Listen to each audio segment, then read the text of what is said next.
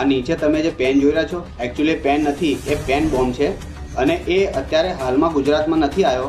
અત્યારે ઉત્તર પ્રદેશ, રાજસ્થાન અને ઉત્તર પ્રદેશ અને રાજસ્થાનમાં આવેલા આજુબાજુના ગામોની અંદર આ વસ્તુ મળી આવી છે, જેનાથી ઘણા લોકો શોક થયા છે અને ઘણા લોકોને આની અસર પણ થઈ છે. કારણ કે આ બોમ્બ, આ પેન રસ્તામાં અલગ અલગ જગ્યાઓ પર મૂકી દેવામાં આવે છે, જેથીને કોઈ એને ઉઠાવે અને જેવું ક્લિક કરે એવું તરત આ બ્લાસ્ટ થાય છે. અને આ પેન એટલી સ્ટ્રોંગ બોમ્બ છે કે ક્લિક કરવાથી આજુબાજુના અલગ અલગ જગ્યાઓમાં પણ આની અસર જોવા મળી છે. એટલે અત્યારે આપણે બીવાની જરૂર નથી. આ બોમ્બ રાજસ્થાન અને ઉત્તર પ્રદેશની અંદર છે, ગુજરાતમાં આવ્યો નથી. એટલે પ્લીઝ બી અવેર, પોતાને સેફ રાખો અને ધ્યાન રાખો.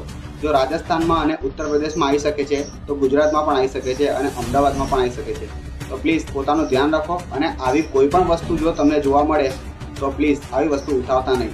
અત્યાર સુધી તો આવ્યો નથી ગુજરાતમાં, તો આપણે સેફ છે, પણ આવી શકે છે એનું આપણે ધ્યાન રાખીએ. અને કોઈ પણ ન્યૂઝ આપણે જોઈએ છે તો તરત આપણે શેર ના કરીએ, એનું રિસર્ચ કરીએ. મેં આનું રિસર્ચ કર્યું અત્યારે, તો આ ઓલ ઇન્ડિયા એસોસિએશન તરફથી આ એક ન્યૂઝ જાહેર કરવામાં આવી છે, જે રાજસ્થાન અને ઉત્તરાખંડની અંદર આવે છે. અને આ ઉત્તરાખંડ અને રાજસ્થાનની અંદર આ થયું છે ઘટના. ગુજરાતમાં નથી થઈ તો બીવાની કંઈ જરૂર નથી.